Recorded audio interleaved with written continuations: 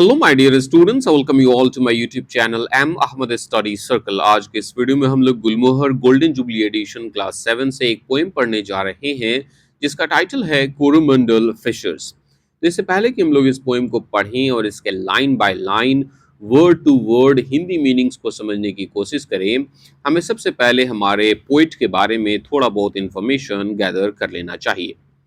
Sarojini Naidu was an Indian independence activist and poet. बताया गया है कि सरोजिनी नायडू एक भारतीय स्वतंत्रता सेनानी थी और एक कवि भी थी। Some of her other famous poems are The Bajars of Hyderabad and The Wandering Singers. The Bajars of Hyderabad और The Wandering Singers उनके कुछ दूसरे लोकप्रिय कविताएं हैं। She was also known as the Nightingale of India. उन्हें The Nightingale of India के नाम से भी जाना जाता था। माय डियर फ्रेंड्स, अब हम लोग बिफोर यू रीड सेक्शन को कवर करते हैं, फिर उसके बाद हम लोग पोएम और उसके एक्सप्लेनेशन की तरफ आगे बढ़ेंगे। Look at the picture below. अब नीचे पिक्चर दिया गया है, उस पिक्चर को ध्यान से देखने के लिए आपको बोला गया है, तो आप एक बार पिक्चर को ध्यान से देख लीजिए। मैं इसको थोड़ा सा छोटा करता हूं ताकि आपको पूरा का पूरा इमेज जो है वो दिखाई दे जाए। आप देख पा रहे हैं यहाँ पर कुछ मछुआरे हैं, जिनमें से एक मछुआरा जो है वो आवाज लगाता हुआ, चिल्लाता हुआ और कुछ कहता हुआ दिखाई दे रहा है। और बाकी जो मछुआरे हैं, बाकी जो दूसरे फिशरमैन हैं, वो आपको समुद्र के किनारे से अपने जाल को, अपने नेट्स को घसीटते हुए, उसे खींचते हुए और अपने नाव पर लादते हुए दिखाई दे रहे हैं। अब इस पिक्चर को देखने के बाद जो एक्टिविटी हमसे करने के लिए कही गई है, उस एक्टिविटी की तरफ हम लोग आगे बढ़ते हैं। आपने पिक्चर को ध्यान से देख लिया। अब यहाँ पर टोटल 3 पॉइंट्स को डिस्कस करने के लिए बोला गया है। Now see what the fisherman, point number 1, can smell around them. आपने पिक्चर देखा और अब आप बताइए कि फिशरमैन जहां कहीं पर भी हैं, वो अपने आसपास किन चीजों को स्मेल कर सकते हैं, किन चीजों की सुगंध उन्हें महकने को मिल सकती है। टेस्ट इन द ब्रीज, और किन चीजों को वो हवा में टेस्ट कर सकते हैं, हवा में महसूस कर सकते हैं, स्वाद ले सकते हैं। Feel under their hands and feet, और वो जहां कहीं पर भी हैं, वो अपने हाथ और अपने पैरों के अंदर, अपने हाथों के अंदर, अपने पैरों के अंदर किन चीजों को महसूस कर सकते हैं। Point number 2, What the fishermen feel physically as they push their boats। और जब ये फिशरमैन, ये मछुआरे अपने नावों को धक्का देकर समुद्र में डाल रहे हैं, तब उन्हें फिजिकली, शारीरिक तौर पर क्या महसूस हो रहा है। क्या उन्हें तनाव महसूस हो रहा है? क्या उनके हाथ पैर दर्द करते हैं? क्योंकि समुद्र के लहरों के अगेंस्ट में उन्हें अपने नाव को पुश करना होता है, जिससे कि वो समुद्र में अपने नाव को उतार सके। Third and the last point, what the fishermen may be thinking as they head out to sea। और जब ये मछुआरे समुद्र में निकल रहे होते हैं अपने नाव को लेकर मछली पकड़ने के लिए, तो ये क्या सोच रहे होते हैं, उनके मन में, उनके दिमाग में क्या चीजें चल रही होती हैं। तो ये कुछ पॉइंट्स हैं जिन्हें कि आपको डिस्कस करना है अपने क्लासमेट्स के साथ, अपने टीचर्स के साथ और अपने फ्रेंड्स के साथ। अब हम लोग इस पोएम को पढ़ना और समझना शुरू करते हैं। जैसे कि मैंने आपको पहले ही बताया कि यह पोएम जो है वो किसी एक फिशरमैन के द्वारा, किसी एक मछुआरे के द्वारा अपने बाकी दूसरे मछुआरे भाइयों को आवाज लगाने जैसा है। जैसे कि मान लीजिए कि हमें एक ग्रुप में कहीं जाना है, 8-10 लोगों को कहीं पर जाना है, जिसमें से आप वो इंसान है जो कि बहुत पहले जग गए हैं और आप तैयार हो चुके हैं, और आप बाकी दूसरे लोगों को जगा रहे हैं और उन्हें वहां पर जाने के लिए तैयार करने की कोशिश कर रहे हैं। राइज ब्रदर्स राइज, वो मछुआरा कहता है, जगो भाइयों जगो, उठो भाइयों उठो। The wakening skies pray to the morning light.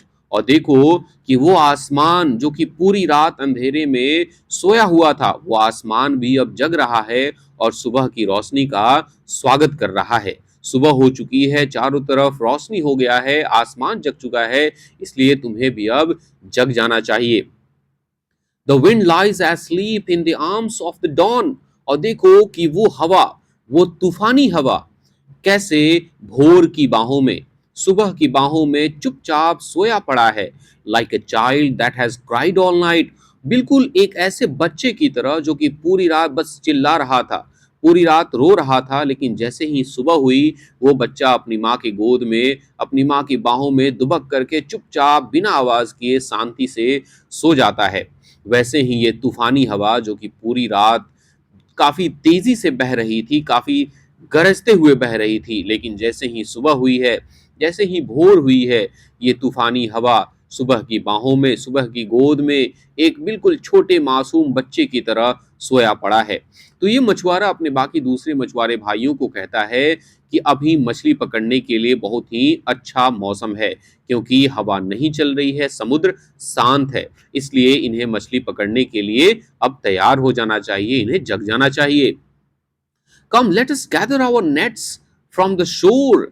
चलो हम लोग एक साथ समुद्र के किनारे से अपने जालों को, अपने नेट्स को इकट्ठा करते हैं, उसे गैदर करते हैं, एंड सेट आवर कैटमैरन्स फ्री, और हम लोग अपने मछली पकड़ने के नाव को समुद्र में आजाद छोड़ देते हैं।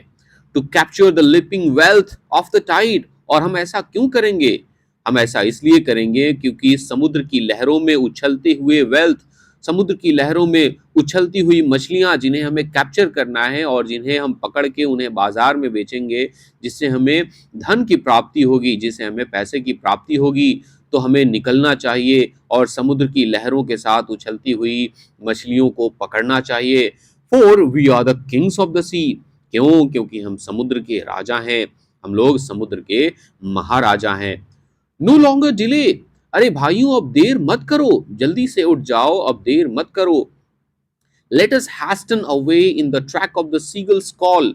और हमें जल्दी जल्दी करना चाहिए, हमें जल्दी से उन रास्तों पर निकल पड़ना चाहिए जिन रास्तों पर ये सीगल बर्ड्स हमें बुला रही हैं। सीगल बर्ड्स जो होती हैं वो काफी अच्छी शिकारी पंछियां होती हैं, और जब भोर होता है, जब सुबह होता है, तो ये सीगल बर्ड्स बहुत सारे झुंड में आते हैं, काफी जोर से, काफी तेज आवाज करते हैं, और समुद्र के उस दिशा में चले जाते हैं जहां पर ज्यादा मछलियां होती हैं। तो ये मछुआरे जो हैं वो इन सीगल बर्ड्स का पीछा करना चाहते हैं, उसी ट्रैक पर, उसी रास्ते पर जाना चाहते हैं जिन रास्तों पर ये मछलियां उन्हें, सॉरी, ये पंछियां उन्हें बुला रही हैं। इसलिए वो कहता है, no longer delay, let us hasten away in the track of the seagulls call. हमें देर नहीं करना चाहिए, हमें जल्दी करना चाहिए और उन रास्तों पर निकल पड़ना चाहिए जल्दी से जिन रास्तों पर ये सीगल बर्ड्स हमें बुला रही हैं। The sea is our mother. देखो, ये समुद्र जो है वो हमारी माँ है।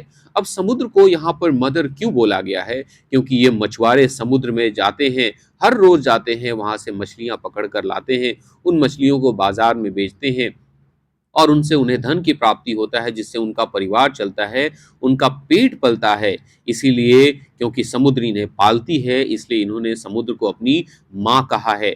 The cloud is our brother. और इन्होंने बादल को अपना भाई कहा है। बादल को अपना भाई इसलिए बोला गया है क्योंकि ये जो क्लाउड हैं वो इन मछुआरों को गाइड करते हैं, इन्हें रास्ता दिखाने का काम करते हैं।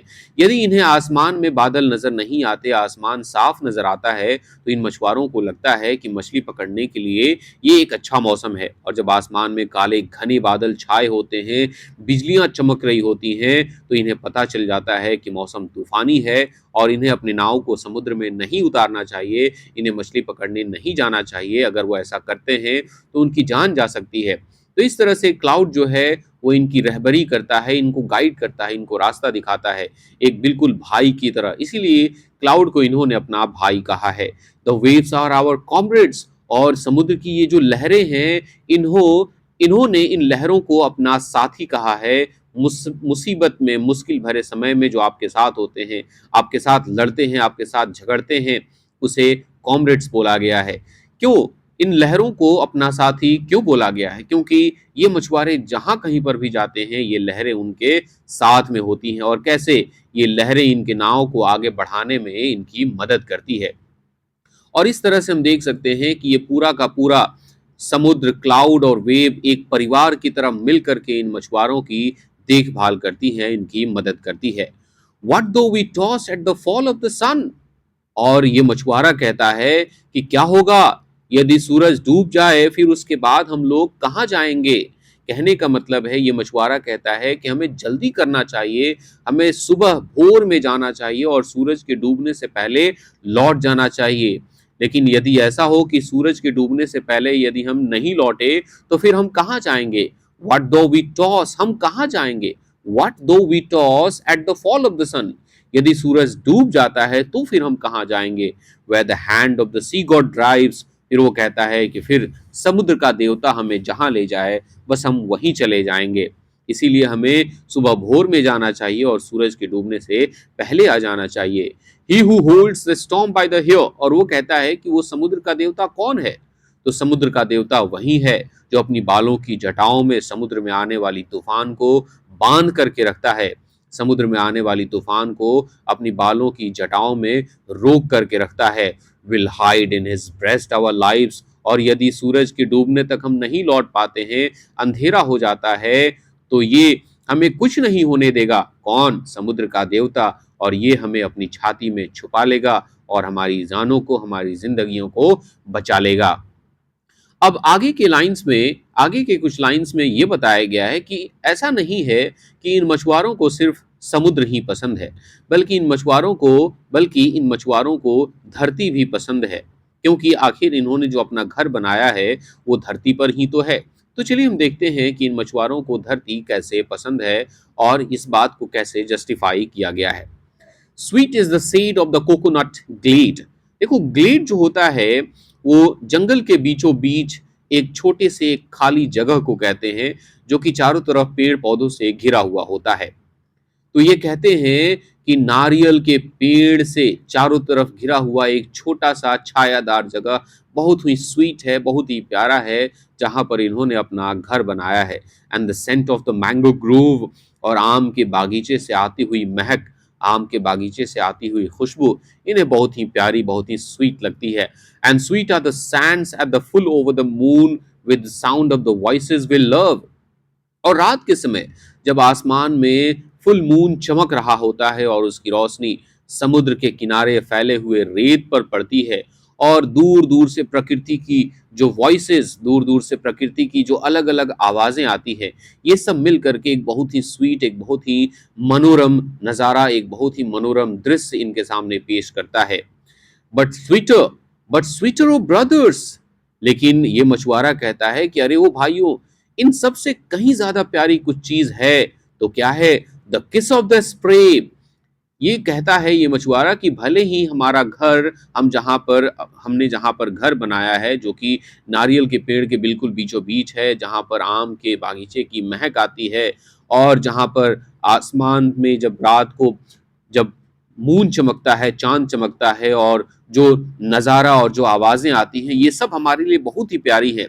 लेकिन इन सब को छोड़कर हमें कहाँ जाना चाहिए? हमें समुद्र में जाना चाहिए, क्योंकि वहां पर जो हमें मिलेगी वो इन सब चीज़ों से कहीं ज़्यादा प्यारी है। इसलिए वो कहता है, बट स्वीटर ओ ब्रदर्स, लेकिन ओ भाइयों, इन सब से कहीं प्यारी चीज़ है। वो क्या है? द किस ऑफ द स्प्रे। स्प्रे मतलब पानी की हल्की हल्की छींटें, पानी की हल्की हल्की बौछारें, पानी की हल्की हल्की बूंदें जब ये समुद्र में होंगे, जब ये समुद्र के बीचों बीच में होंगे, और जब समुद्र की लहरें तेजी से आएंगी और पानी की हल्की हल्की छींटें जब इनके चेहरों पे पड़ेंगी, इनके चेहरे को चूमेंगी, वो सबसे ज्यादा प्यारा है इनके लिए। And the dance of the wild foams Glee, और जब समुद्र की लहरें तेजी से आगे पीछे होती हैं, उससे जो झाग पैदा होता है और वो समुद्र की सतह पर जब डांस करता है, उसे देखना इन्हें इन बाकी चीजों से कहीं ज्यादा प्यारा लगता है। इसलिए वो कहता है, row brothers row to the edge of the verge. अपने चप्पू चलाते रहो, अपने नाव को आगे बढ़ाते रहो, वहां तक जाना है हमें जहां पर where the lowest sky meets the sea. हमें होराइजन तक जाना है, हमें वर्ज तक, हमें क्षितिज तक जाना है, हमें वहां तक जाना है जहां पर ये आसमान समुद्र से मिलता हुआ दिखाई देता है। मतलब ये मछुआरा अपने दूसरे मछुआरे भाइयों को कहता है कि उन्हें अथाह समुद्र में बस चलते जाना चाहिए, वहां तक जाना चाहिए जहां पर आसमान और समुद्र दोनों एक दूसरे से मिलते हुए दिखाई देते हैं। तो माय डियर फ्रेंड्स, ये रहा हमारा छोटा सा प्यारा सा खूबसूरत सा पोएम कोरोमंडल फिशर्स, जिसे कि लिखा गया है सरोजनी नायडू के द्वारा। मैं आपको बताना चाहूंगा कि कोरोमंडल जो है वो इंडिया का जो साउथ ईस्टर्न कोस्टल एरिया है, जो कि आपको उड़ीसा से तमिलनाडु का जो तटीय एरिया है उसको हम लोग कोरोमंडल कहते हैं। तो आप यहाँ पर देख सकते हैं वो सारे के सारे वर्ड मीनिंग्स जो कि इस पोएम में यूज किए गए हैं। उसके बाद नीचे एक छोटी सी समरी भी आपको दिखाई दे रही है। जैसे कि मैंने आपको बताया कि अगर आप समरी को पढ़ेंगे तो आपको पता चलेगा कि ये पोएम जो है वो एक फिशरमैन के द्वारा बाकी दूसरे फ्रेंड्स के लिए एक कॉल है, और इस तरह से ये लोग अपने दिन को शुरुआत करना चाहते हैं क्योंकि सूरज निकल चुका है। और आगे इस पोएम में बताया गया है काफ़ी खूबसूरती से कि कैसे ये जो मछुआरे हैं इनकी ज़िंदगी समुद्र से जुड़ी हुई है, और इनकी ज़िंदगी और मौत भी समुद्र से जुड़ी हुई है। और ये पोएम जो है वो काफ़ी खूबसूरती से इस बात को भी हाईलाइट करता है कि इन मछुआरों के पास समुद्र के लिए कितना प्यार और कितना सम्मान है। तो माय डियर फ्रेंड्स, इस पोएम का एक्सप्लेनेशन आपको कैसा लगा आप लोग मुझे नीचे कमेंट सेक्शन में ज़रूर बताइएगा। वीडियो अच्छा लगा होगा तो वीडियो को लाइक कीजिएगा, और यदि चैनल पे नए होंगे तो चैनल को सब्सक्राइब कीजिएगा। मिलते हैं एक नए चैप्टर के साथ, तब तक के लिए टेक केयर, बाय बाय।